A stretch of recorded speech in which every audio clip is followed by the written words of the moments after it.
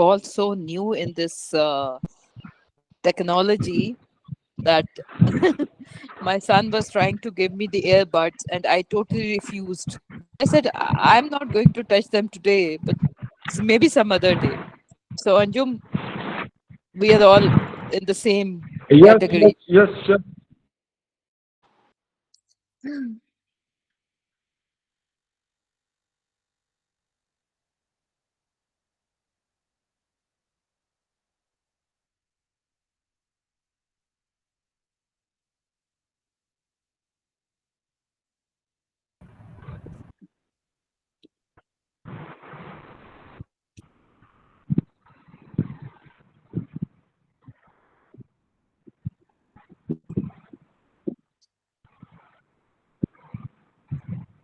Let's try this.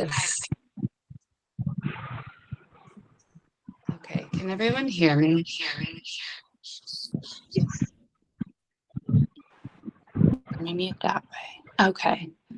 I apologize. Apparently, my computer does not want to also have a microphone this morning.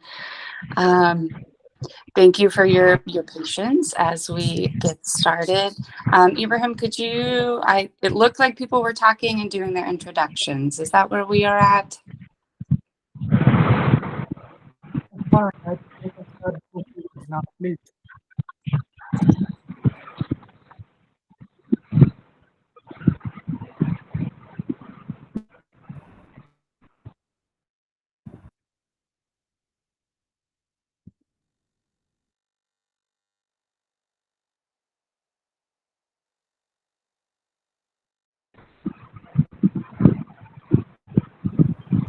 Katy, we can't hear you. Katy, your microphone is muted.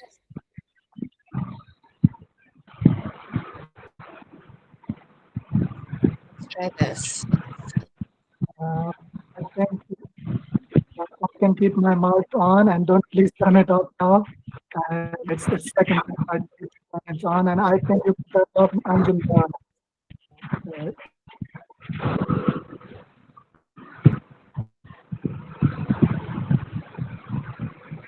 Can you hear me? I'm having some feedback. Let me see if I can. If everyone can turn off their mics. Katy, I can see you on two screens. So maybe you are logged in from two different devices. That might be an issue. My computer microphone doesn't seem to want to work.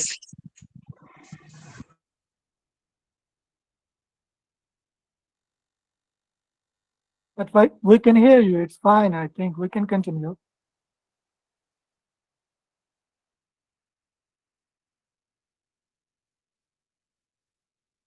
Yes, Katy, we can hear you.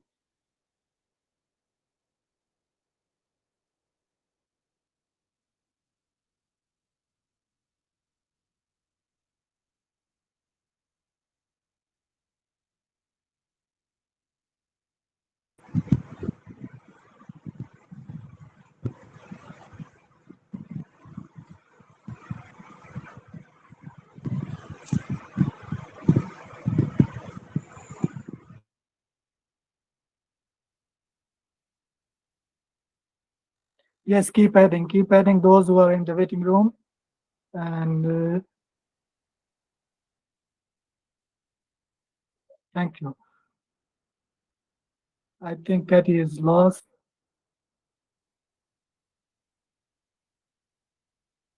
I can't see her.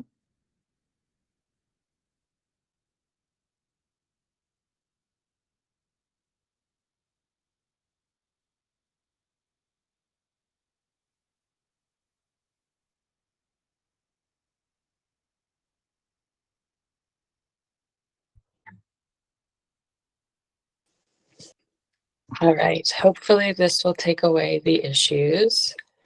Oh, it's fine. It's fine. It's really good. Okay, so we are getting started this morning. I do appreciate your patience. I am, as I said, initially tried to, at least my name's Katy. I'm going to be moderating some of our questions. And I was not having audio from anyone else but me earlier. So I want to make sure that we are abiding by the time schedule that was so carefully put into place. So I do want to make sure that we have already done our introductions. Is that accurate? Not yet. Welcome messages before, and then we can go on the introductions. Yes. We're going to do our introductions. Okay. We can welcome messages. Yeah. Welcome message. Great. Thank you so much. So this morning we are having a panel discussion on cultural and social change, art, museums, sports, and nature. So a broad topic on this Saturday, but we are very happy, very grateful that you are all with us this my morning, everyone. You're tuning in at a different time. So we do want to welcome not only the organization that's putting this together, which is SCHG, but also Museum Week. It is the 6th of 7 days that Museum Week is occurring. Today's theme is water. So hopefully we will see you online with your different takes on water, how water connects you to your place and on this globe that we all call home. So I would love to invite Dr. Khan to give a welcome message. Hello and Kush Ahmadi to everyone. Just after me. It wasn't finished yet. I'm sorry. Yeah, sorry. I can start with yes. Thank you so much, everyone, dear panelists, guests, participants, on behalf of Save Culture Heritage Group in partnership with Institute of Visual Arts, Design, and from Fatma Jinnah Women's University.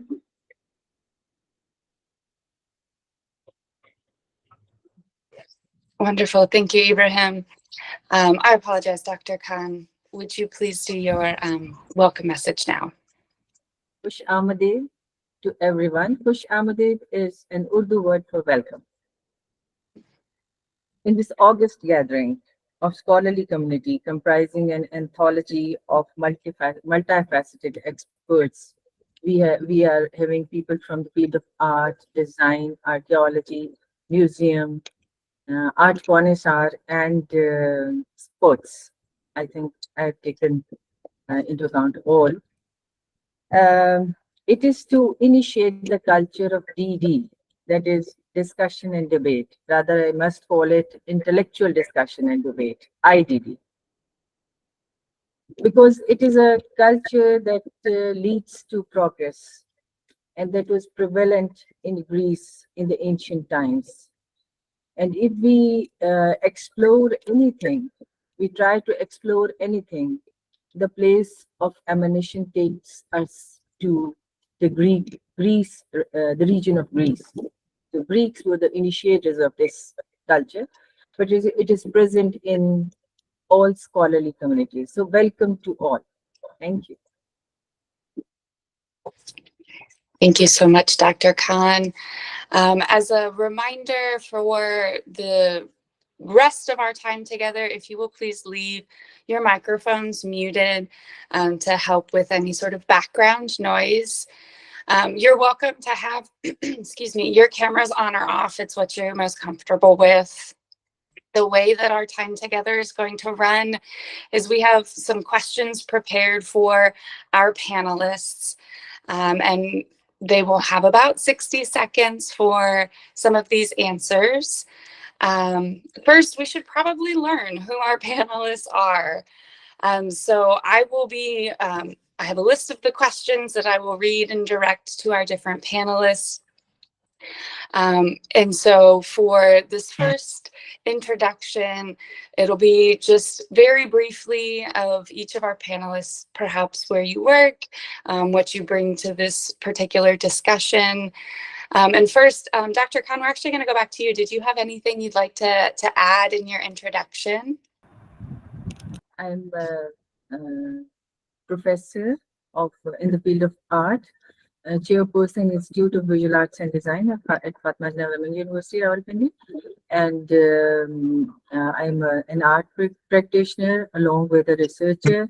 So a book on my credit, a few chapters in books, research papers, presented papers in international conferences. I think 40 are on my credit. That's the brief introduction. Thank you so much, Dr. Khan. Next up, could Katy Ara introduce yourself? Katy will join in a while. They're not here, is that what I heard? Yes. Okay. She will join in. Thank you, Sidra.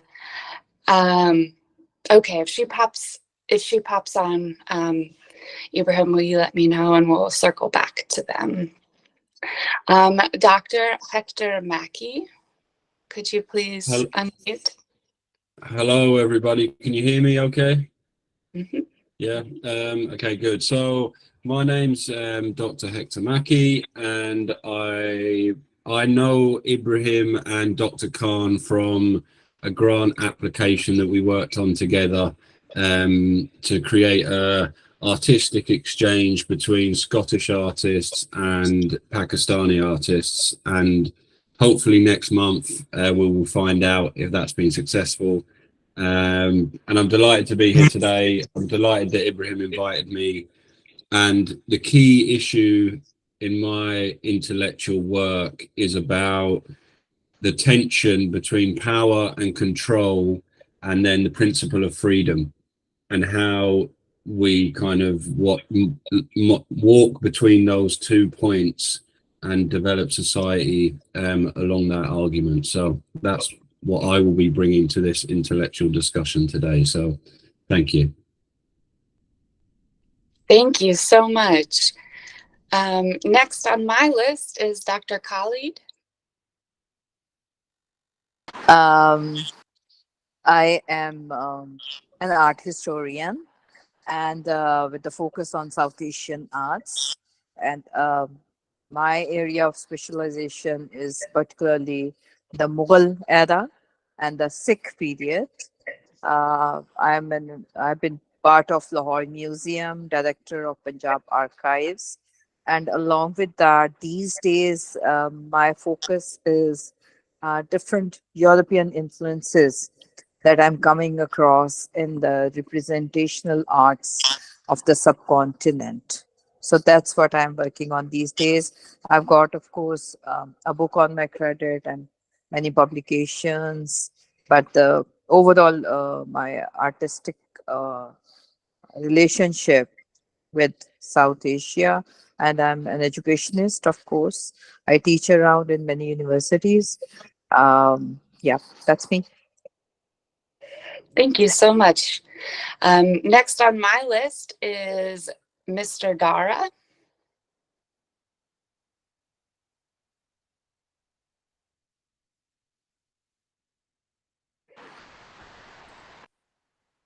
Sir, you are muted.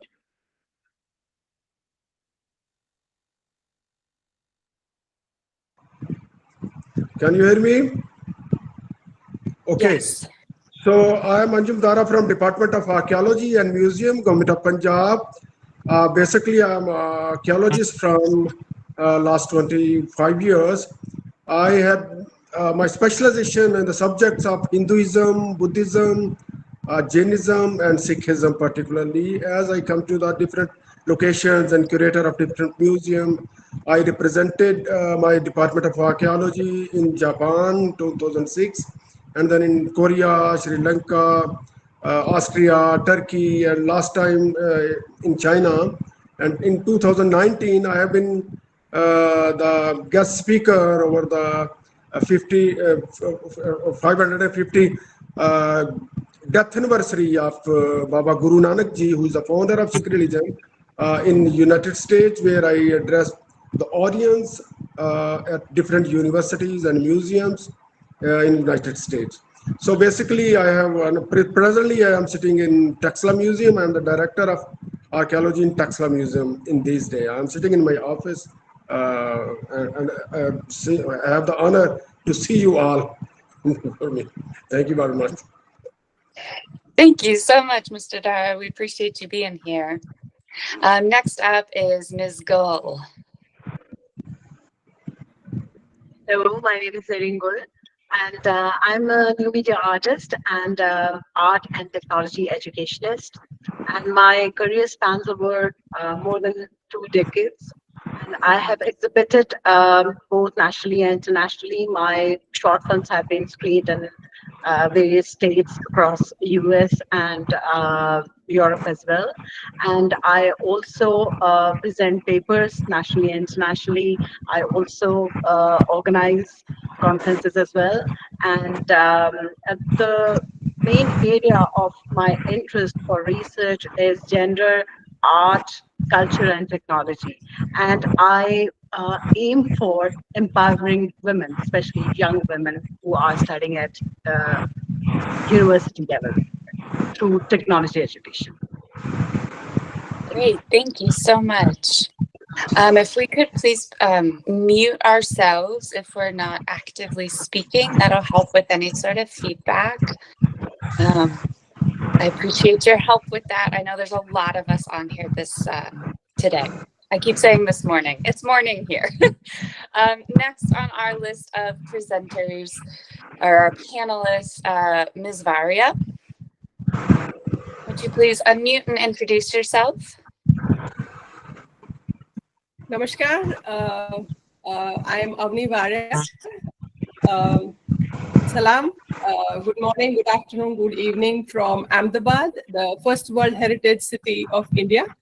I'm basically a freelancer for last 20 plus years, and I've been working with the core area of my interest in cultural arts and crafts.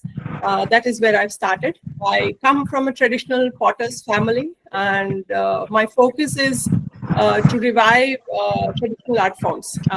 I have been researching, documenting, teaching, organizing and curating events, activities, international exchange programs.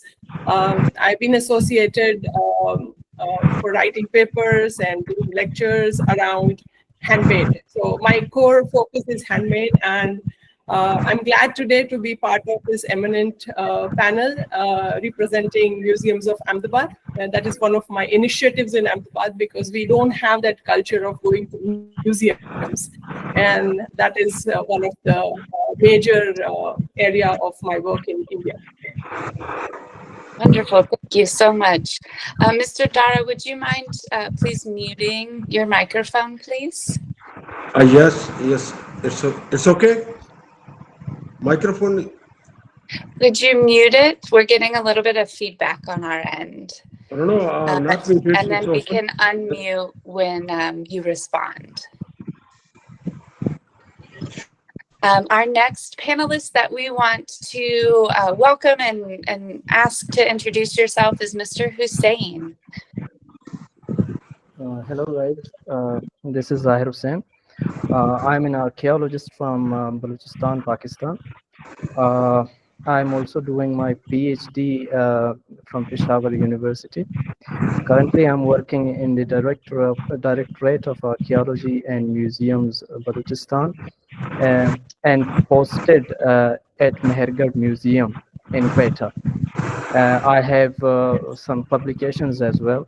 That's it. Thank you, Mr. Hussain. We're so pleased that you're here. Next on my panelist list is Sidra Ashraf. Hello, I'm audible? Yes, sure. Thank you. I'm Sidra and I'm heading the Department of Computer Arts of Fatma Jinnah Women University. I'm a research-based artist focusing on cultural themes and narratives around nature and environment. Thank you. Thank you so much. As we transition from our panelist discussion, our panelist introductions to our first moderated questions, I want to invite back Ibrahim. I want to make sure that there's plenty of time for him to be able to share about his initiatives and this topic. So as our panelists get situated into getting ready to answer these wonderful questions, Ibrahim, would you please come back on and share some more with us?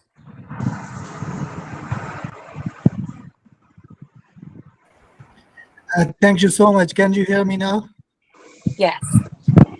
Yeah, it's lovely to see all these panelists, and I'm really excited to see a distinguished panel of experts joining us today to share their insights and experiences.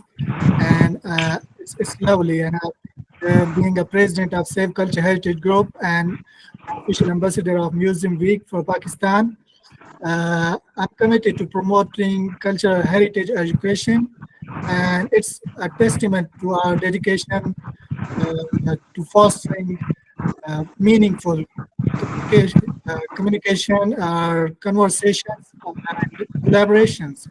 Special thanks to our partners, OffGridStudio, yes, I would like to mention them, and FJWU, Dr. Maimuna Khan.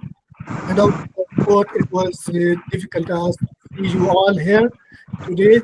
And yes, welcome you all.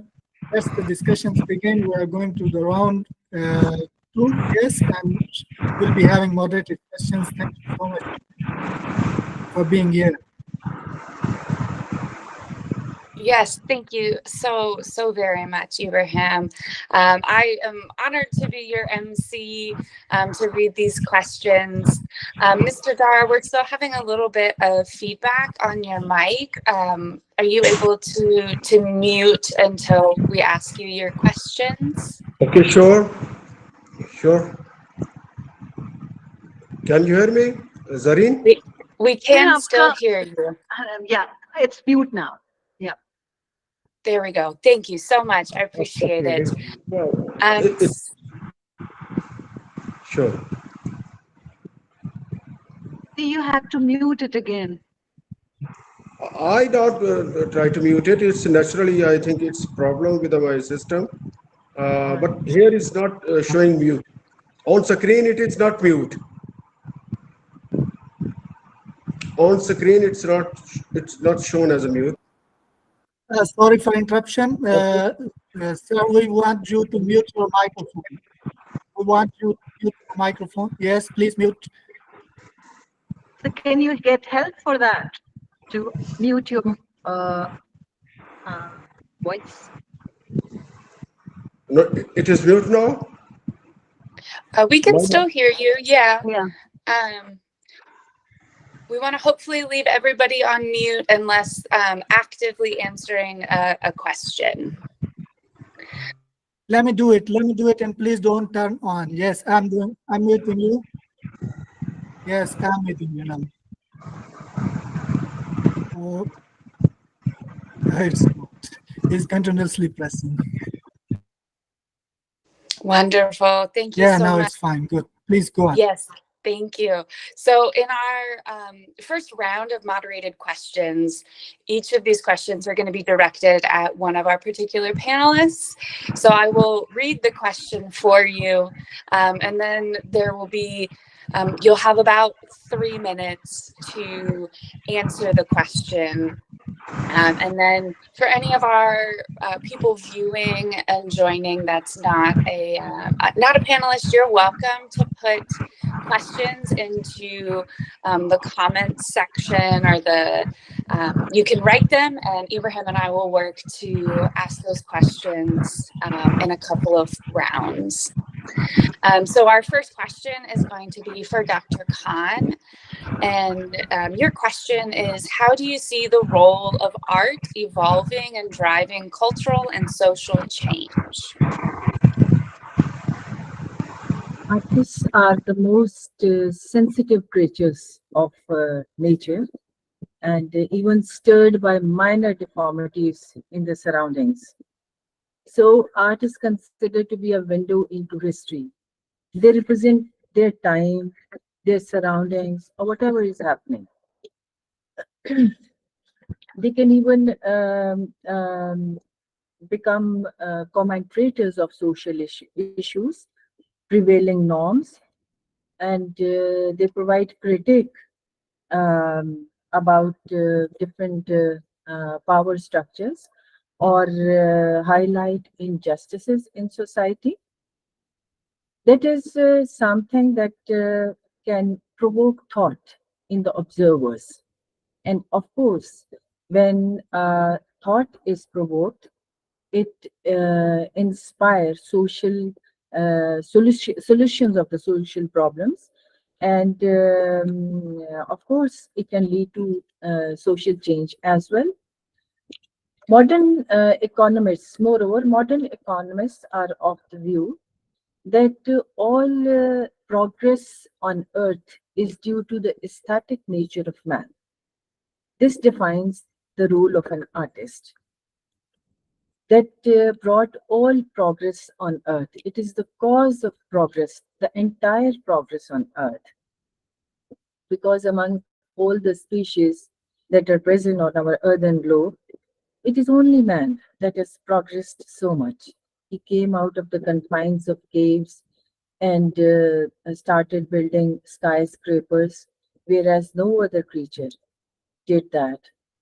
Even we can see birds who are also architects because they build their nests bit by bit. But no one ever tried to change the path of their ancestors. It is only man. Things are created out of necessity, but modified out of the aesthetic nature. Because once a desire emerges, and as soon as the desire is satiated, another desire emerges in humans that causes the thought process and all the development. So artists have very strong tool to bring about a change in society or societal norms. I can give you the most recent example. Whatever is going on in Palestine, it is strongly reacted by artists and even cartoonists. They have made very strong and very aggressive cartoons, even addressing United Nations role. Whatever United Nation is doing, or what was the function of United Nations, and is it for fulfilling that? And same is the case of Kashmir and the atrocities being done in that region.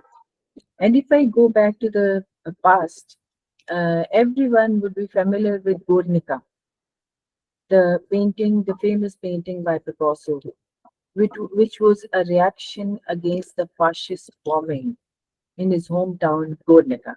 It is a direct expression that is causing to direct viewers to find solutions of the problems. A lot of progress has occurred due to the development in science, but after Second World War, what happened in the Second World War? It changed the course of modern art because artists reacted against the atrocities because they thought that if it is progress, it is not progress at all when humanity is being killed. So artists have very strong tool in their hands to change society or bring societal changes in the societal norms. Thank you. Beautifully put. Yes. Thank you, Dr. Khan. I don't believe I've seen Katy come in. So we're going to hop to Dr. Mackey. Your same Same rules for you. You've got about 3 minutes to answer your question. How do you think art and cultural institutions can drive social change and address pressing issues in our society? Yeah, it's a brilliant question, first and foremost. And I think and I'm wearing my academic hat here as opposed to my pragmatic political hat. And the theory that I work with, one of the critical issues within it is about the term institutionalization. And when art and culture become institutionalized, what happens to the art and the culture? And my research and the field that I work in is critical of art being mediated by authority.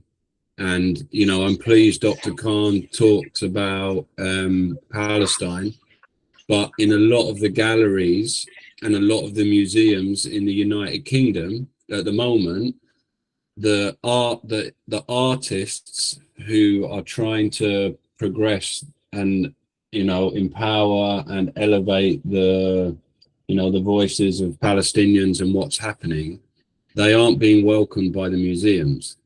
They're being marginalized, they're being pushed out.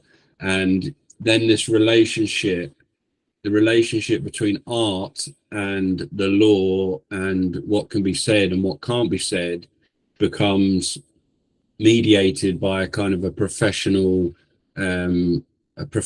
desire of the artist, and they often depoliticize their work.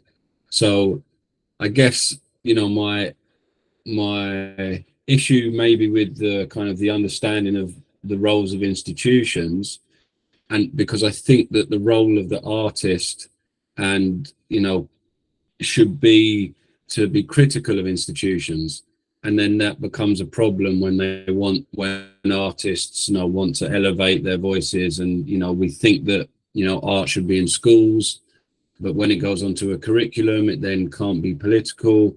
And these are the tensions that are really at the center of my work. And I don't know, we must respect the breadth of the human experience as artists and as academics, but how you do that in an institutional setting is very, very difficult. And there's a turn of phrase which is now that I'm quite interested in theorizing my work with, which is about the only relationship you can have with the institution is an illegal one if you want to be progressive. So it's quite it's radical theory, but I think it gets to the point of the critical issue about when art becomes institutionalized. And that's how I interpreted the question, and that's where I went with it. So thank you. Yes, I love what you've said. That feeling of gatekeeping, I think it kept resonating in my mind as you were talking. Beautifully put. Okay, so we are going to go to Dr. Khalid. Oh, yes. So the question for you to answer in your 3 minutes is, how do you see the intersection of art, history, and culture shaping the identity and development of cities? I think when I look at it from this perspective, art history is literally playing the instrumental role in this regard. Because when it comes to our region, to tell you honesty, much of what we have been studying so far in our academic cultures was so Eurocentric that many of our students have lost complete touch to their own region, to their own lands. And now, by the turn of this century, with the concept of decolonization, we are trying to get back to our roots. And at this stage, many of our institutions, they are offering these disciplines where not only students are studying it, but they are doing very intensive research about their own region. but not at the cost of losing the Eurocentric philosophies, concepts, and art. So that gives them a huge margin of comparison between these two. And all this is happening primarily because of art history, and that leads to art appreciation. So I believe the city, the region, the cultures, and the forward thinking of our generations and the coming generations, that is based on what we are studying now. And interestingly, we are, kind of exploring so many new dimensions of our culture. And another fascinating concept that I've been working on for the past few years is the relationship that the East had with the West, and the influences that I'm getting, or the evidences or visual evidences of the influences I'm getting from the European countries to the South Asian art. That is amazing. So both are going hand in hand. And the best thing about this art history of my region is that we are exploring so many new dimensions of our own region. So, so I find it very, fascinating that literally on daily basis, me, my students, and the circle around us, the people who is working in this field, we are exploring so many new avenues that I think we can all do research for the next 20, 30 years. And the art history will keep on adding a lot to the cultural integrity of the city. And I'm talking about my region and my area, because that is what I'm focusing on for the past few years. Thank you. Yeah, wonderful answer. I find it personally fascinating that you spoke about the East meeting the West, and very interested to see what you are seeing in your region. That sounds so I cool. just Let me just add a few points here. Mhm. Currently, I've been working on Lahore Fort, and they have the longest mosaic Kashi picture wall in the world. And while I was doing my study on the panels of that picture wall, initially, to tell you honestly, I thought that maybe I'm being hallucinated or something. But then I found a pattern, a repeated pattern of different European Christian biblical influences in those panels. But at the end, I'm almost at the end of my research now. I am convinced that these regions are very much interconnected and interrelated. And the solid evidence that we come across, that is through the visuals in the forms of miniature paintings, frescoes, mosaic kashi work, and so on. So that's something very fascinating. So cool. Thank you so much for sharing that. Mr. Dara, you're next up on our list of panelists. Yes. Your question is, what role do you see museums and cultural institutions playing in driving cultural and social change? And how can they be made more accessible and engaging for diverse audiences? Thank you very much, Katy. Your question is how museum and culture organizations can bring a change into what form, please, again? So it's, what role do you see museums and cultural institutions playing in driving cultural and social change? And Okay. how can they be made more accessible and engaging for diverse audiences? I know it's a long question. Okay, thanks for that. Yes, you know, once Carl Twine, he is the writer and intellectual. He said that intellectual says a very simple thing in a hard way, and an artist says a hard way in a very simple thing. So the elevated discipline and the caliber of the artist is more elevated as compared to the intellectuals and the historians. I think so. Change is a continuity. A city without old buildings or a city without museums or monuments is like a man without memory. So we have the memory in these museums and art and culture, infrastructure, which were the main, which plays the main role in building the identity and the psyche of the individuals and as a group, as a nation.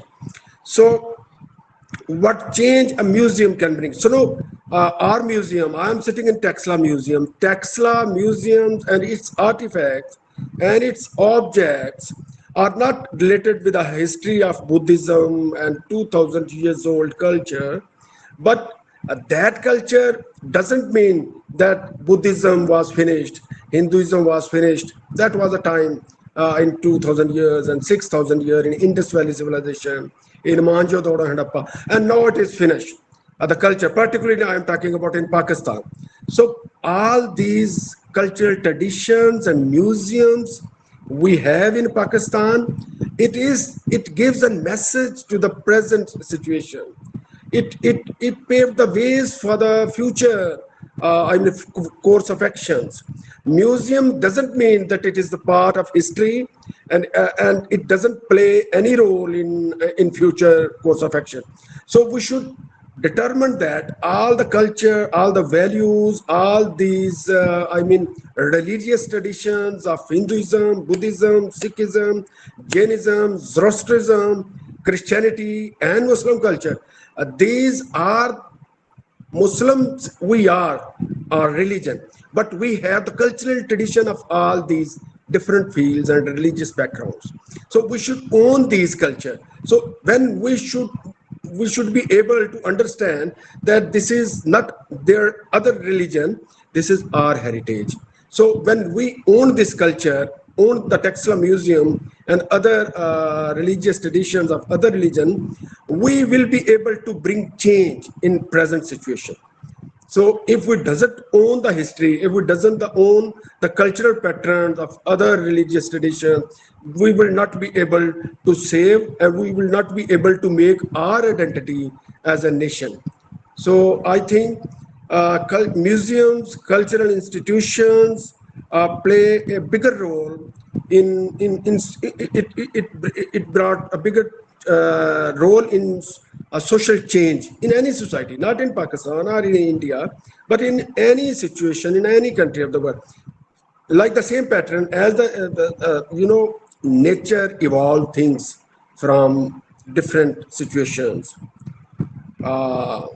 Nature has its evolution, like the culture have its own evolution. The cycle of civilization never travel in a straight line. It moves into a cyclical traditions. So now the old region has its time, is this time to revive the philosophy, to revive the culture pattern, to revive the wisdom of this religion. If we try to cope with the 21st century in the world. Thank you very much. Thank you so much for that.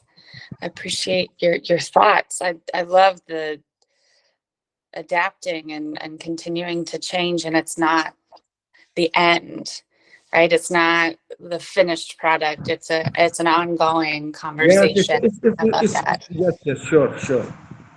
Thank you very much. Wonderful. Okay, so our next up, we're about halfway through our 3-minute answers. Ms. Gull, you are up next. And your question is, how does your art reflect and respond to cultural and social change? Yeah, I would say that now we are living in a world which is rapidly transforming, which is mediated through technology. And we are globally connected. Like it has its own benefits in terms of like it has more speed in terms of communication and like getting information from all over the world. And then you can get businesses and other things as well on a larger scale because of the globalization and the mediation of technology. But the main issue with this globalization is that it is creating ethical challenges. And the ethical challenge is at the core of my work of art practice. For instance, I did a work which was about that how mediation of technology, like medical technology, is sometimes used to find out the sex of the uh, female or the male fetus in Pakistan, and which sometimes leads to, and most of the times leads to female feticide. So it means that if you are introducing a technology to the developing world, then it should be done ethically, and it should be we should be aware of the social cultural norms in that area, because that technology could actually create problems for or marginalize some of the genders or some like social groups. So uh, I think the ethical challenges are there, which are embedded, like gender discrimination is embedded in technology in that way. So you have to see that how technology and the social setups are intermingling with each other, and how they're informing each other, shaping each other, and how these kind of discriminations could be addressed and in an ethical way as well. And another work which I did recently, which was about like in our art and culture, and I was talking to different craftsmen over there, and then the kind of issue of representation became evident over there. And it was about that in post-colonial critique of the Western discourse, it talks about that it creates othering during the process of uh, uh, creation of others, or like subjectivity. And then there is a debate of like Occident, when there is dichotomy of Occident and Oriental, then Occident takes over the Oriental and tries to speak from instead of Oriental, Occident takes its place and takes its subject position, and actually that becomes egocentric in a way. So then we have to see that even like me, as we know that we are I have studied in an art educational institute which was colonized, because which was established by British in like in 1880, 75 or something like that, 1880, something like that. And then it has a different kind of curriculum because it distinguished between art and design. And then we learned from that curriculum that how to see the world, or how to see the world from different perspective, from Western perspective. So we lost our own vision then we couldn't see our own art practice, our own culture. So that becomes problematic. And even I as a subaltern, because I will be seen as a subaltern in Western discourse, but still I have internalized many things. So that's why I can't see my own art and culture. So that's another ethical issue as well, that how to address the problems of the communities which are suffering on ground, which are being marginalized in terms of art or culture or in any other way. So how to like speak on behalf of them, or when I am mute myself. So that is a kind of thing that I'm working on, and I'm trying to see my own vulnerability as this like subaltern, and then the vulnerability of the people that I am trying to explore or re-explore from that perspective. So that's from my side. Wonderful. Thank you so much. Fascinating thoughts to think about. Yeah, the ethical component is definitely intriguing, and takes me back to Dr. Mackey's comment about sort of the gatekeeping aspect too. That's just so interesting. Ms. Varia, you are up next. Your question is, how can cultural heritage and traditional crafts be leveraged to drive social and cultural change? And what examples have you seen in your research and work? You have 3 minutes. Thank you for the question. I think it's very interesting and very appropriate question. What you have put together is because when we talk about social and cultural change, the base of any community, the indigenous knowledge or sustainable practices which are being practiced across the globe by people, which has been vanishing as per my observation and my research, and this is the fact across the globe that the indigenous knowledge, as well as my focus is on handmade and handcraft or art which was made by hand using natural materials, is going. So for me, I think I've always initially when I started working with handmade, I was fascinated looking at the kind of products which were totally different to what I saw in the urban regions. And slowly with the in-depth research, I realized that we have lost a lot of indigenous knowledge and understanding why a local craft or art was existing, because it was always rooted to the local. That's the fact everywhere.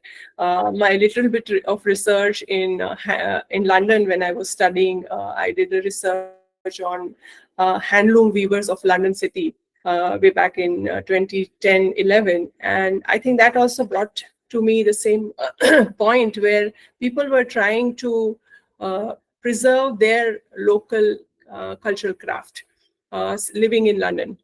So my experience as a person coming from a community of handmade pottery in Gujarat, as well as a researcher working with crafts across textile and non-textile, I have understood that there is something called a 100-mile theory. I'm not sure about people out of India have acknowledged this, but that is a theory of 100 miles, which has been very much established by research and studies in India, that whatever skills you have, whatever products are made, whatever material is used, has to be local to become sustainable. Like sustainable has become quite a, I would say, hep term across the globe, but I think that's where we were all living, and we have all lost that, and now we are coming back to thinking about sustainability, and the climate crisis have brought us to that. And arts and crafts have been, I think, playing a big role, because when we see art and craft in Indian perspective, we see that as a day-to-day living. We don't see that as objects of artifacts or something. Yes, they are beautiful, they are artifacts also, but they are used in day-to-day life. And the theory of 100 miles is what I would say would definitely drive the social and cultural change wherever we are, be it in India, be it anywhere across the globe, where if we want to be sustainable, the need of the time is to use local skills, to optimize the local markets, as well as using local resources, because that is how all the art forms, what I have studied, textiles and non-textiles, have been surviving and also adapting. Because all our indigenous knowledge was not stagnant. It was always adapting. So people who were practicing, say, for example, textiles, were always adapting to the local resources. And their major market was local. Probably 70-80% of the consumers were local. So there was a direct connect between the buyer and the maker, or the end user and the maker. That was quite sustainable. And I have been researching and also working on reviving hand-spun yarn making in India for last 11 years now, and teaching hand spinning through charka or a spindle, which was very new when I started. For me, it was new. For people, it was kind of a thought which was, I would say, people used to discourage me because they thought that what is the need of this slow process of making handspun yarn in today's fast and industrial world where technology is taking over? Why are you trying to revive this? But I think there are various dimensions to hand spinning. It is definitely you're talking about creating a hand spun yarn. But when I started doing my research, I realized that hand spun yarn across the globe, wherever it was made, it was made by local resources. Say if it's a cotton growing agricultural area, they would be making yarn from hand spun, from the cotton. But if there are places like Kashmir, they would be making hand spun yarn using the sheep wool or yak hair. So here I would say to drive the social and cultural change, we need to focus on indigenous knowledge as well as sustainable practices which were there earlier. They are not outdated. They can be adapted. And to my surprise, there are few organizations now with the effort of last 10 years of work of revival of hand spinning in India. There are organizations who have started using this indigenous skill, giving work to locals, using local fibers, bringing back natural fibers utilization. Because one very simple example, if I will give, is there are a lot of sheep in Kutch region of Gujarat, where I had stayed for 2 years, and they used to throw away the sheep hair. Sheep wool, basically. Traditionally, they used to get the hair out of the animal twice a year because of the health of the animal. And that raw material was used to create yarn by the locals, local communities, and the weavers were also local, and the products which were made were used locally. And probably, I think 15, 20 years back, this entire custom of sharing the sheep and making the yarn had already vanished from Gujarat. And slowly now people are realizing that this is a sustainable practice where you are taking care of the health of an animal, you are using the natural fiber, you're not throwing it away, and you're also producing hand spun yarn, which is sustainable practice for a lot of community women in Kutch. So it's like a cycle. It's a cycle of nature which we have forgotten, which we're bringing back. And I think to bring a social and cultural change, we need to get back to our local practices. We need to talk to our elders to understand why these practices were there. There are n number of examples, but I think I would like to wind up here with hand spun yarn because that is so exciting for me. And I myself spin, and I have been wearing the clothes of the thread which I make. It took a lot of time to spin, but then you also have another side of hand spinning, which is very, very required these days, is creating mindfulness, having patience, and also using your own hand, aligning yourself to yourself, like you align your hands, head, and heart. This is a skill which I think it's a win-win. Yeah, no, that's wonderful. So that is what my experience with this one of the crafts I was happy to share about. Wonderful. Thank you so much for that. The pride, I think, that I hear not only in your voice, but also like to be able to wear what you actually make. Like that's incredible. It's beautiful experience. Yeah. All right, Mr. Hussein, you are our next question, our next panelist with the question. Yours is, how do museums and cultural heritage sites contribute to our understanding of historical and contemporary social change? Okay, firstly, we need to understand that there are different types of museums in the world. So the museum I'm working in is an archaeological museum, which is a collection from Balochistan, different sites of Balochistan. They date back from 7000 BCE to historic period. And the sites I'm talking about, they are cultural heritage sites, and they are important. And most of these sites have been excavated by the French archaeological mission. They started working there from 1960s till 2000s. Uh, the more you know about the past, the better prepared you are for the future. It's a quote by Theodore Roosevelt. Uh, Firstly, we need to know about the past, what has happened in the past. Then we learn from those experiences. Either we adopt their good change and their good practices, and we shun their bad practices. We improve these practices. In a museum, we ready the museum chronologically, starting from the oldest, moving to the newest. This will indicate the developments of the cultures and the changes and the changes in time. And relating to cultural heritage sites, we see that, uh, for example, humans, sorry,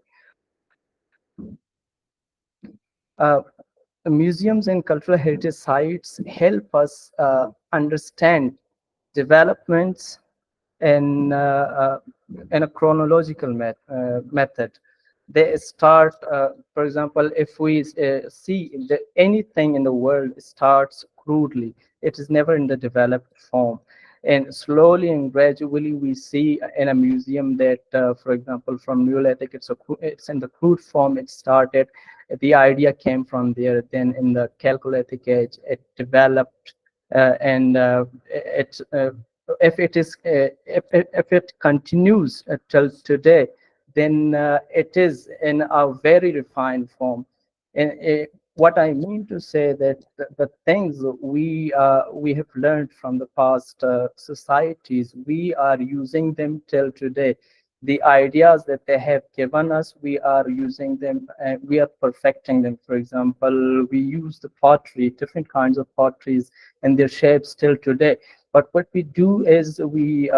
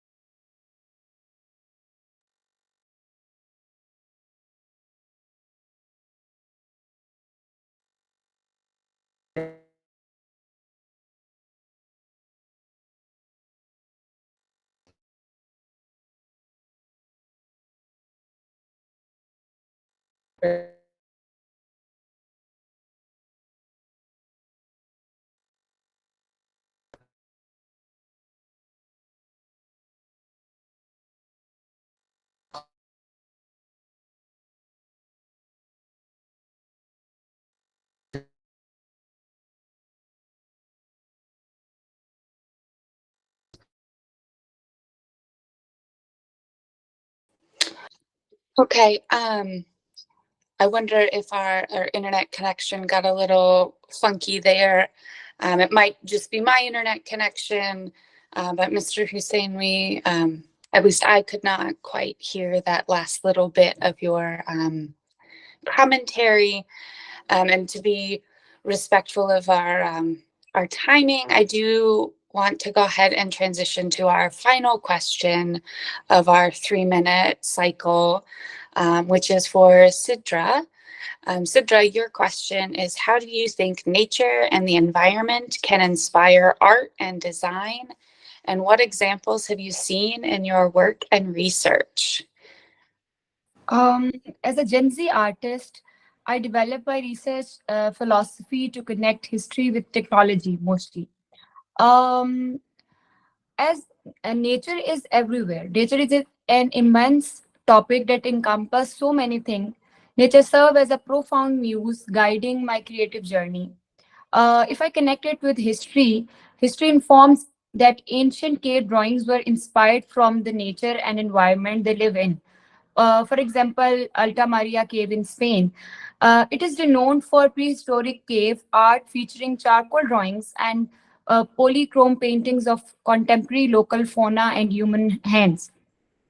And now I connect it with this land that Aryans who were nomads and gradually settled down and fixed localities came into being. They delved into the complexity of phenomena that is nature. They were deities of fire, air, water, earth, and sky. Nature inspires today, tomorrow, as in the past. If I talk about my research based practice, I mostly draw from the sensory richness of nature, which imbues elements like lotus flowers, animals, water, and sky, often interwoven with surreal depiction of abstract human forms, which comes from trees. As in nature, you will observe many elements like trees, water, sky, and clouds. They are linked together. Mostly they are linked together. As my training is in miniature painting and my master is in multimedia arts, so I connect my traditional miniature training with that particular animation, and I always recreate things with different perspectives. I don't bound myself or stuck myself with one particular theme or technology. As nature changed the environment, environment changed the nature. It's basically a vice versa kind of a thing. Today in today's world, everything is surrounded with nature. Um, so if I talk about my one project which I did with discovering new artists, in which I empowered children to share their unique stories, often with drawing inspiration from their nature and environment surroundings. I firmly believe in integrating society into educational projects and engagement with students and community initiatives. This is hands-on approach foster tangible changes. Thank you. Thank you so much for that. And for all of our panelists' insight to that first question. I know there's so much to unpack and everybody has I have follow-up questions. Remember, if you do have those follow-up questions or it sparked something else in your brain, please do put them in the comments. We will have some time towards the end for those audience questions. Our next round is another moderated question round. However, panelists, you only have 1 minute. You have 60 seconds. So this is quite the lightning round of questions going forward. We're going to circle back to Dr. Khan. Your question to kick off this moderated round 3 is, can you share examples of art pieces or projects that have inspired positive change? There are many. There are numerous examples. And if I start from, I have provided a video to Ibrahim as well to play as an answer of that might be the answer of this question, but I would add a little bit. If I take examples from Muslim architecture, they can provide us the best specimens for future development. Because in the scorching heat, when the temperatures are very high, if I talk about Lahore, where there are many monuments of Mughal era, if we enter into the Mughal building, it appears very cool, although outside there is scorching heat. Without any air conditioner or without any fan, the building is eco-friendly because the construction is done logically on intellectual basis. In our region, wind blows from north to south. So structures were built even in the Indus Valley civilization, facing north-south. Windows, ventilators, and doors, they were placed in north-south direction, so that the rooms could have plenty of fresh air and cross ventilation. Moreover, central open courtyards surrounded by rooms. It provides uh, light throughout, natural light from dawn to dusk.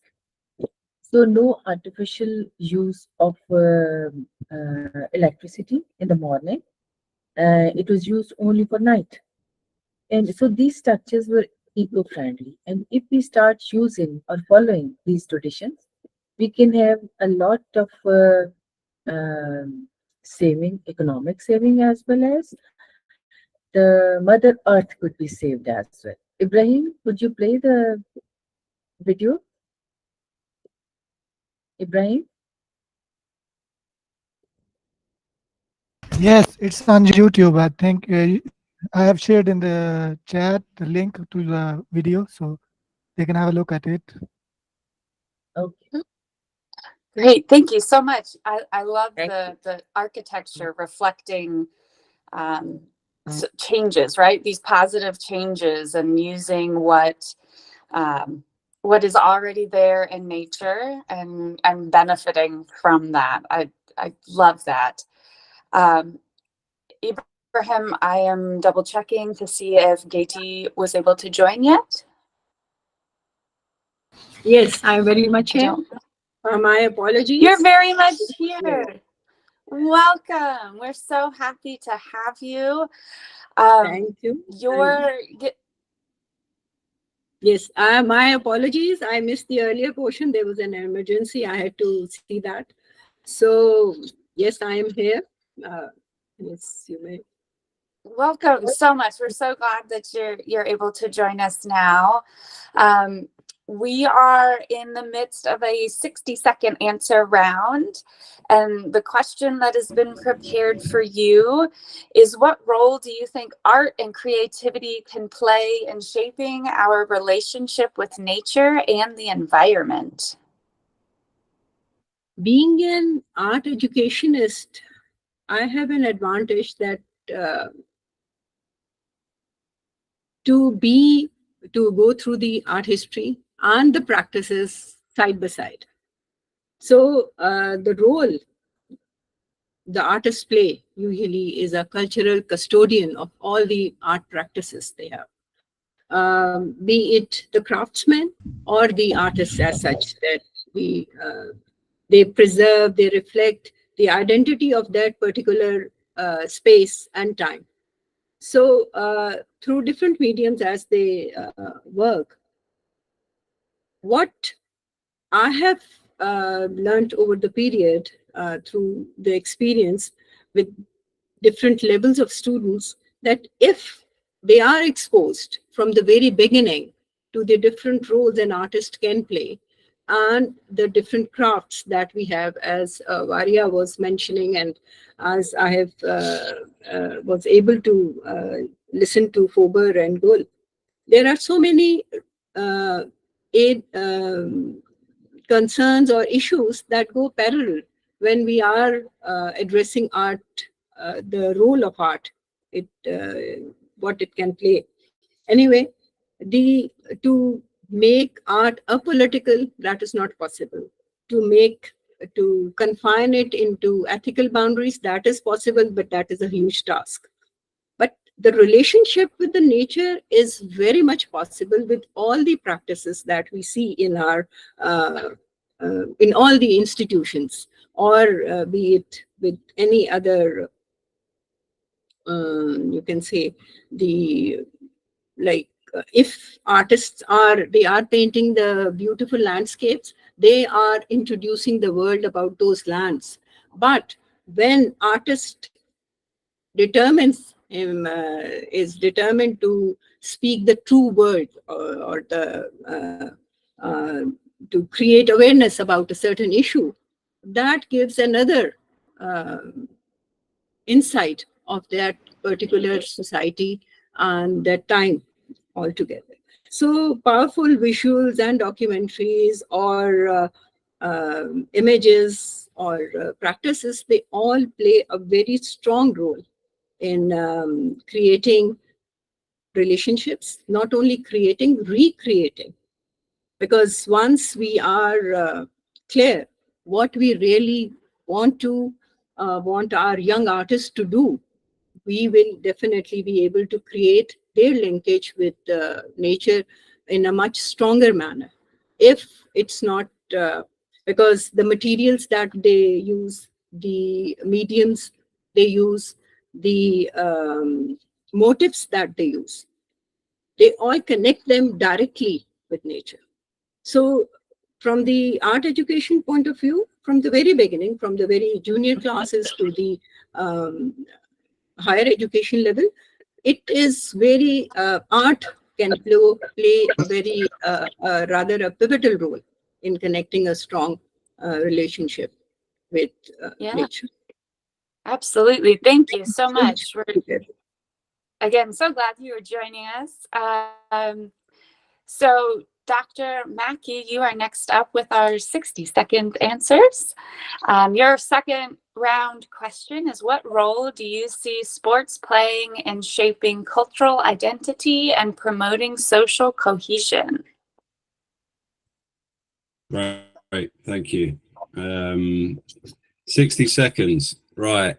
I really liked, I think it's Dr. Zareen Gull's conversation kind of gateway into thinking about social expectations that are already embedded within technology. And the way that I understand sport is that it is a social technology that has a predetermined set of codes that governs how we participate. So professional football is a colonial legacy. There's social expectations embedded within that. Women over here, men over here. Non-binary people aren't expected to play anywhere. And we need to move beyond sport, and we need to think about physical activity and play, which as a grammar is more inclusive and is more hopeful. 1 minute and 4 seconds. Wonderful job. Thank you. Yes, I think that part of the hard part of this, right, is you've got to like share just such a brief thought, and there's so much more to unpack. I appreciate your pithy answer for sure. Our next question is for Dr. Khalid. Your second round question is, what strategies do you think are essential for safeguarding cultural heritage and making it accessible to a wider audience? I think the primary focus should be to educate the population so that they will know what they are looking at. Because the preservation and conservation of every form, let it be the museums or the monuments or the archival documents, they need a certain kind of sensitivity, and it's like a collective thought. It's not an individual's priority. It shouldn't be. So that is important, that the people around, they should have an ownership to whatever is there. And the other part of the question was? Making it accessible. Accessible, yes, accessible. The accessibility is most probably through digitization and online production, because I have also been heading the project of digitization of Punjab archives. That is the first of its kind in Pakistan. I know we are slightly late, but I hope we are not too late. But that kind of digitization and online availability of the data in any form, that can be a huge help, not only for the local audience but the international audience. And the interesting part of this whole scenario is this, that much of our data has never been available online. So I'm sure when the books and the paintings and the artifacts and the documents, once they are put on online, they are going to open so many avenues of research for the scholars all over the world. Thank you. Yes, technology can definitely help with accessibility. Absolutely. Mr. Dara, your second round question for your 60-second answer is Okay. how can the preservation and celebration of cultural heritage be balanced with the need for development and urbanization? And what strategies have you employed in your work to achieve this balance?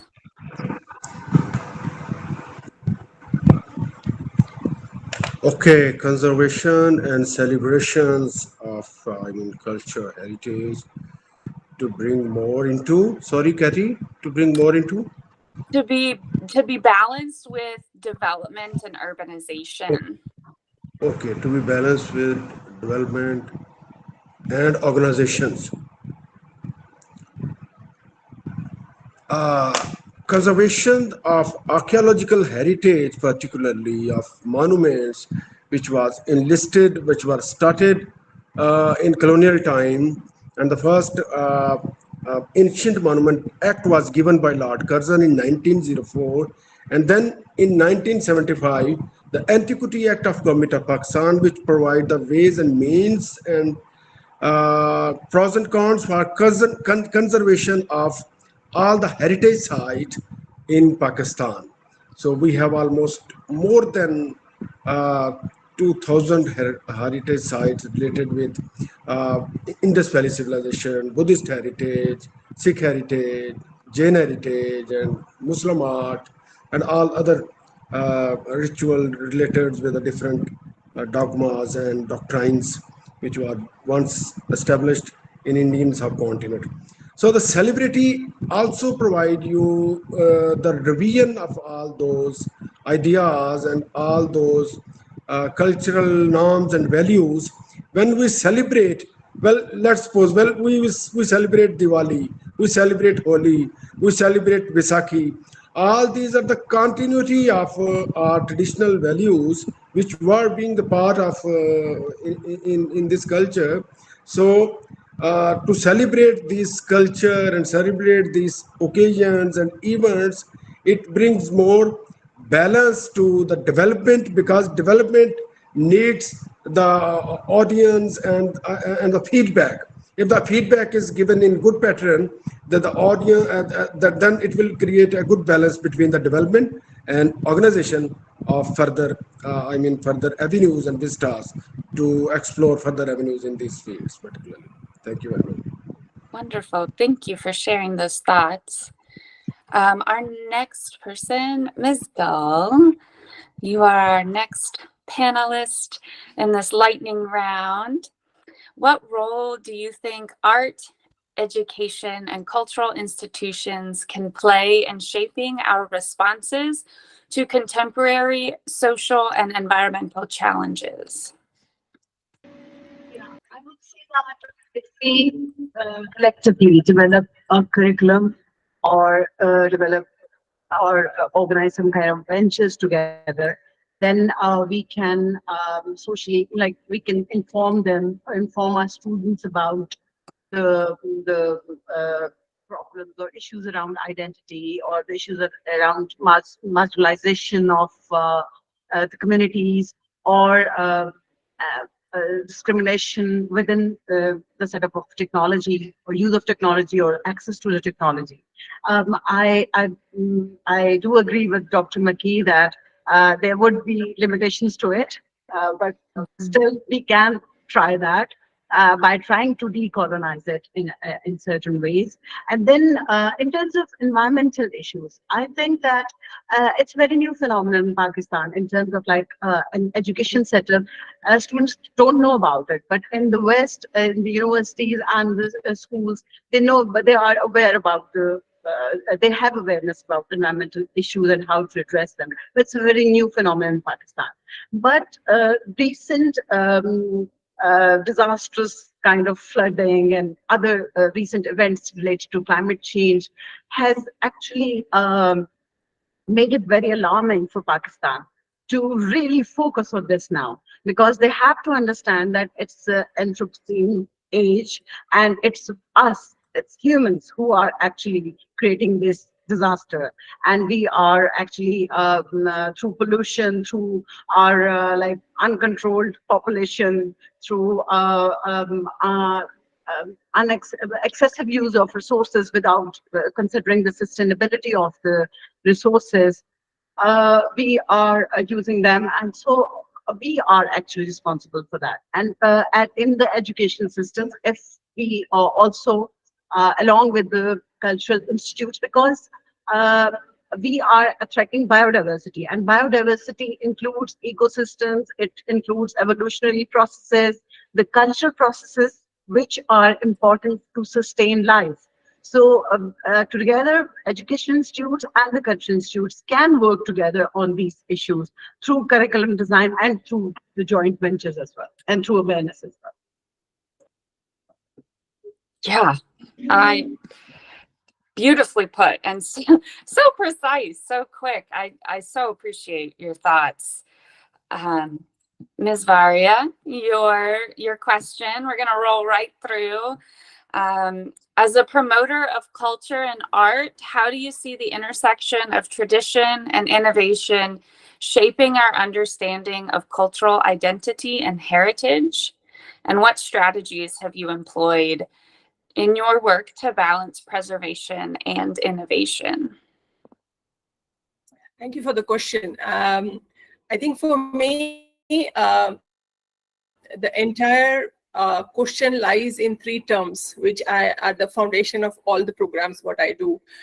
First is exposure, second is experience, and the third is acceptance.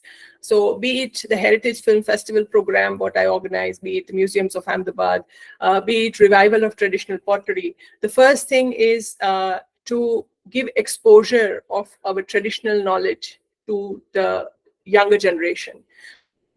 Through schools, colleges, or through workshops privately with cultural organizations.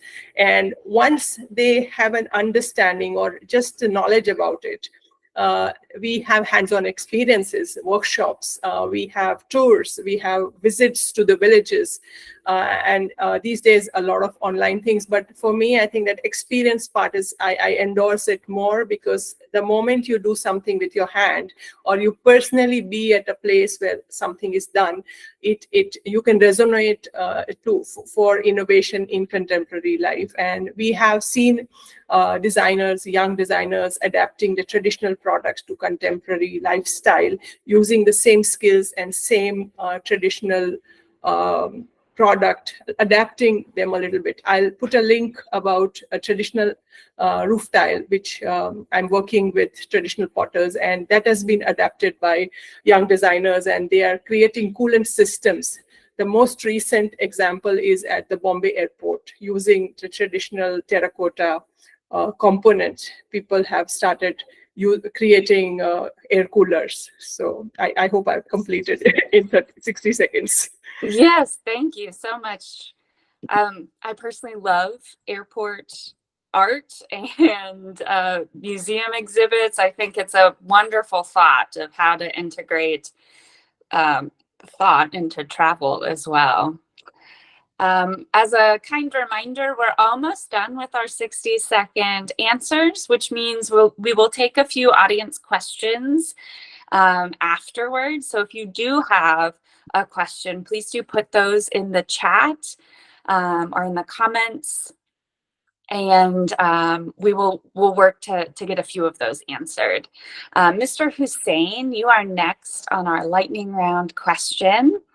What insights can archaeology provide into the ways that ancient cultures adapted to environmental and social change? Firstly, we need to understand that how archaeologists work on a site. Basically, archaeologists find the sites first, and they explore and gain as much information about the location of that site as much as possible, about each and every aspect of that location. Then they try to gain information about that site through a survey or excavation. When they find these when the when the work is done, the survey and excavation, and they ask several questions like what, when, where, why, and how. And through those materials that they have excavated, they answer all those questions. For example, how the past societies on a certain site, society on a certain site lived, and what technologies they used, and what techniques were involved. Uh, they also see the adaptability and social changes within them. For example, if we look at the locations of the sites, there are certain sites, they are located uh, at very well points. River bodies are chosen especially for larger sites such as Mohenjo-daro and Harappa. These sites are large sites of Harappan civilizations. Mohenjo-daro has been designed in a way that is on a plinth, because floods are very common in the area. The ancient people were aware of those floods, so that they designed it on a plinth in a way that it could not be submerged. Even today, it floods even most often arrive there, but it is not the city itself does not submerges completely.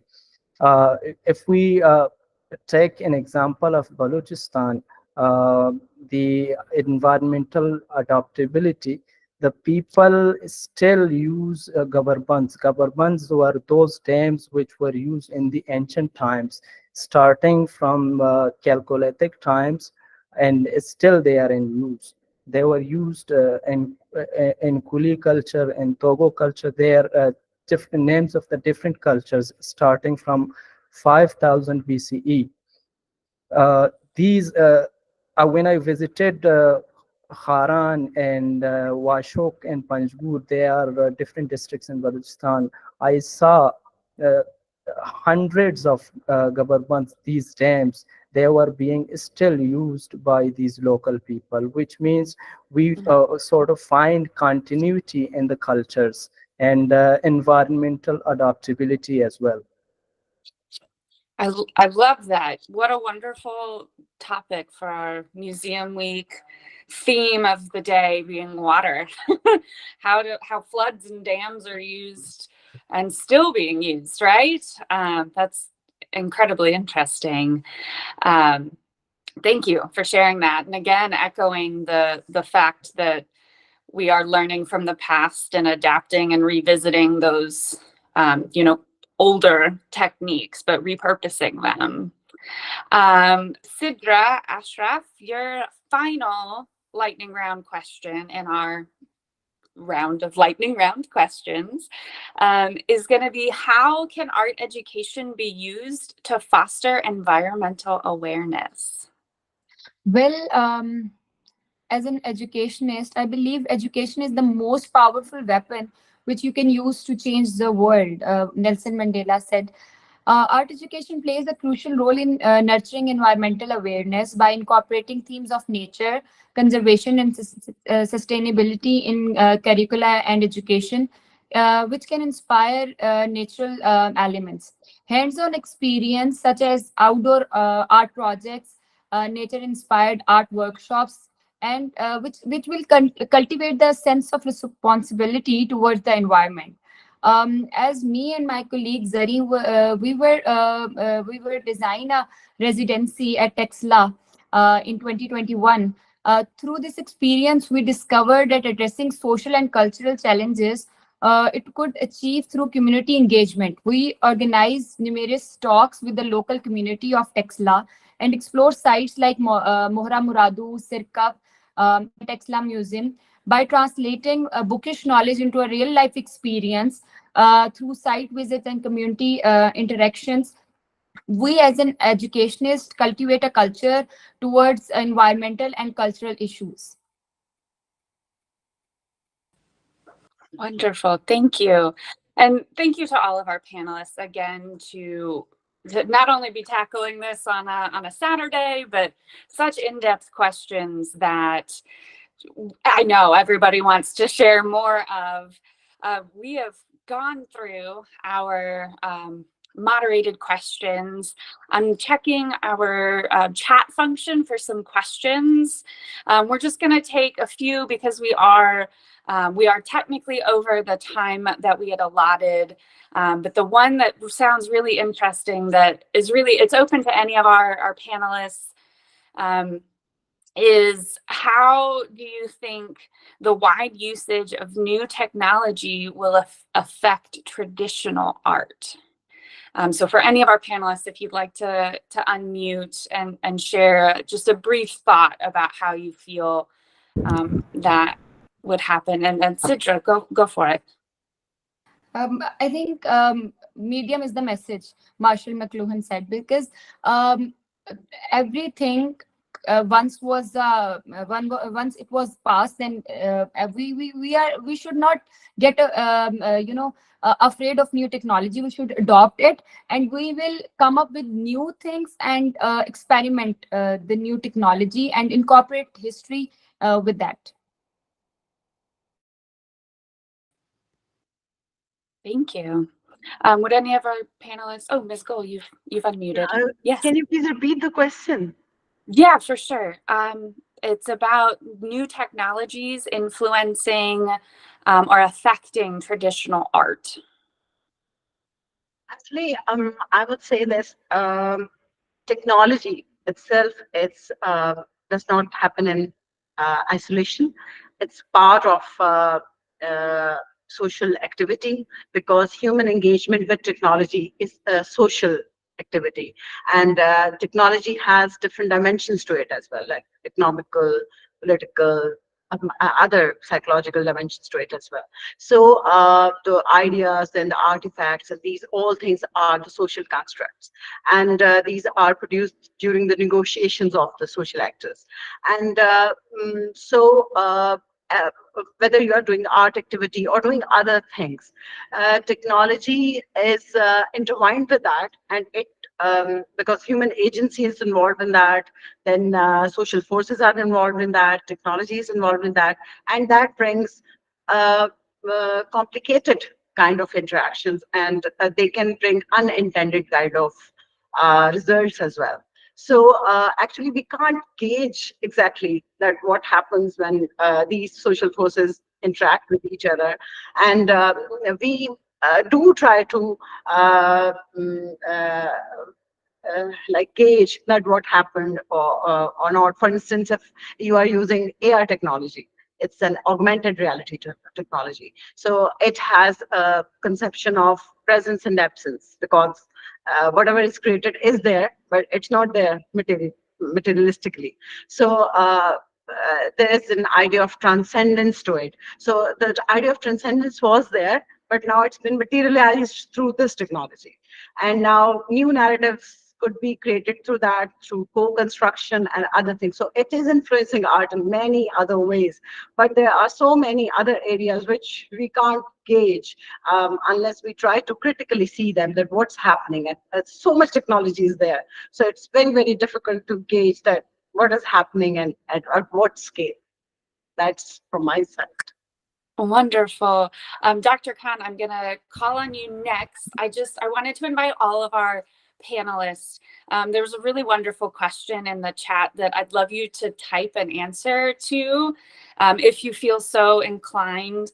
And it's your advice to an emerging artist wanting to explore cultural themes in their work. So if you have a thought about any advice for an emerging artist wanting to talk about some of these or share this work that you all are communicating about, if you have advice for them, if you would type it in the chat. And then Dr. Khan, will be our last comment in regards to the audience question. Please go ahead.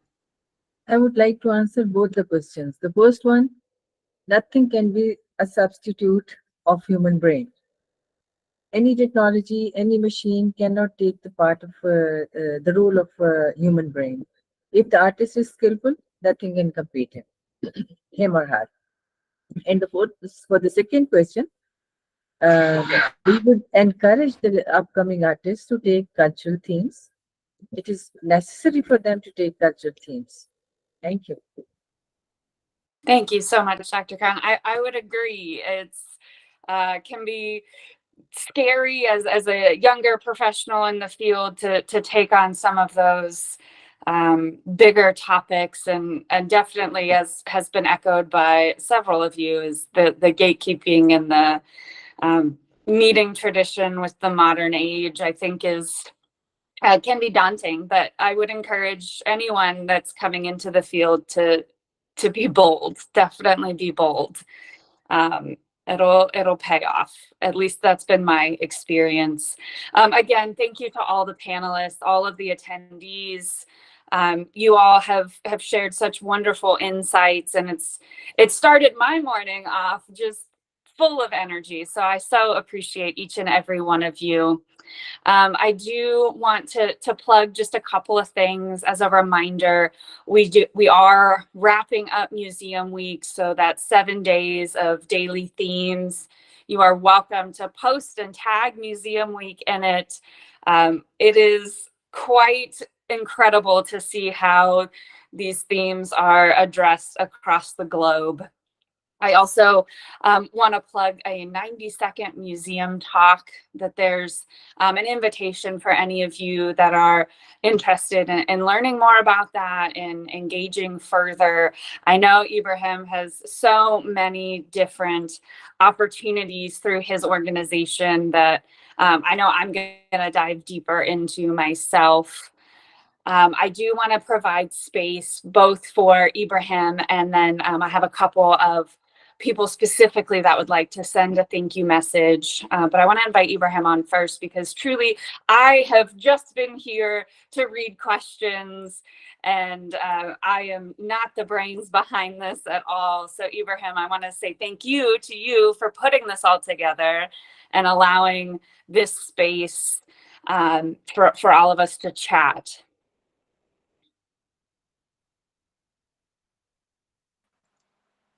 Thank you so much. Thank you, Katy, for being here to moderate this long. I think it's, yeah, we are far more than the one we had decided earlier in the day. And yeah, I will be moving to say some few words to all of the panels. And yes, I can see a lot of people are here, and I think we can't answer their questions. Thank you so much. And well, yeah, we will be providing you a kind of a certificate for, yes, in participation in this panel discussion. So you can just send over your emails or communications to your respective our partners like Dr. Mamuna. Yeah, you can contact if you're from FJWU, and if someone from OffGrid, and they can contact them. And if someone is from our contact, yeah, we do have their emails, and we're, yes, having a look at the participations, and then we will be sending them a joint certificates with the signatures of our partners. So I would be saying thank you to all participants, and let's drive a kind of positive change in our communities. And I would encourage you all to actively participate in the discussions, ask questions and comments your thoughts on our social media, our newsletter, and yes, Katy do have her own social media. And yeah, you can follow our social media. We will be posting the links in the chat in a few minutes. And yeah, I would be, I don't have words to say thanks to all of you.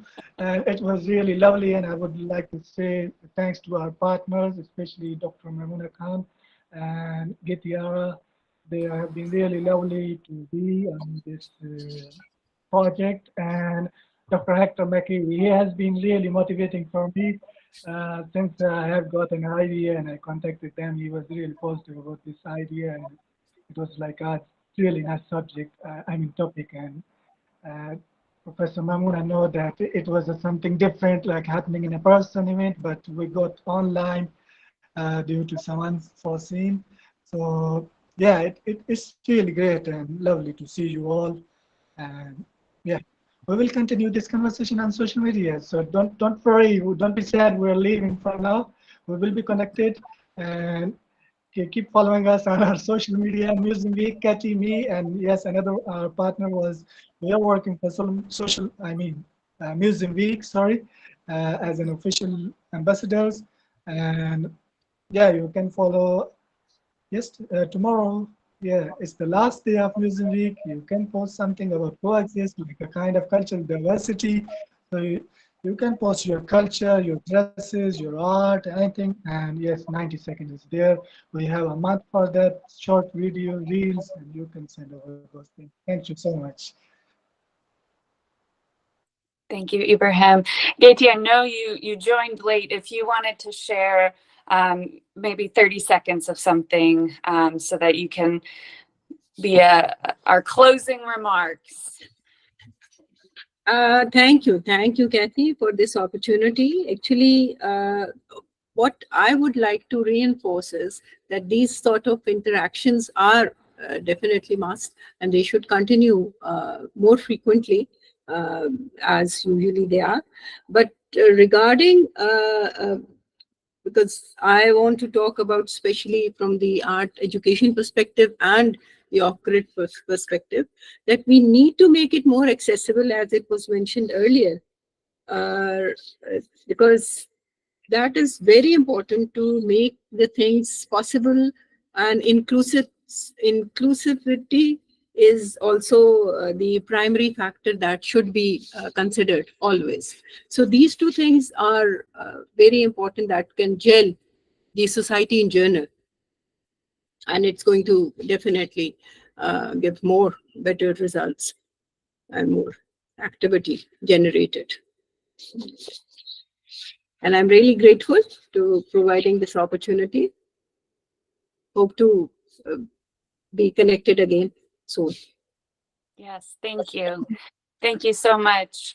I again, as a moderator, I appreciate all of your insights. We are closed of time, and I just wanted to say that for me, I am in the United States and have a consulting business around accessibility and creating a more comfortable learning environment for people. In whatever that looks for people. So as we are continuing this conversation online, and I'm sure through emails and through Museum Week channels and through the SCHG channels, I feel free to look up learning centered strategies. I would love to continue these conversations myself. We are going to close this live streamed session, which means we're going to an open session. So it will not be onto YouTube. It will just be on Google Meet. So I'm going to give us a pause moment.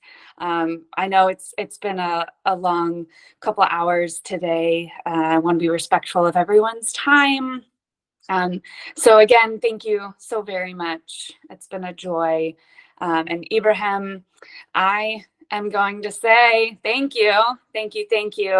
And my only native language is English, unfortunately, so that is all I can share for any of our panelists that have a desire to say goodbye, and please be encouraged in whatever language you are comfortable with. We'll say Khuda Hafiz. Allah Hafiz. Allah Hafiz. And thank you very much, Ibrahim. Hats off for you. It was a brilliant session, indeed. We should clap for ourselves.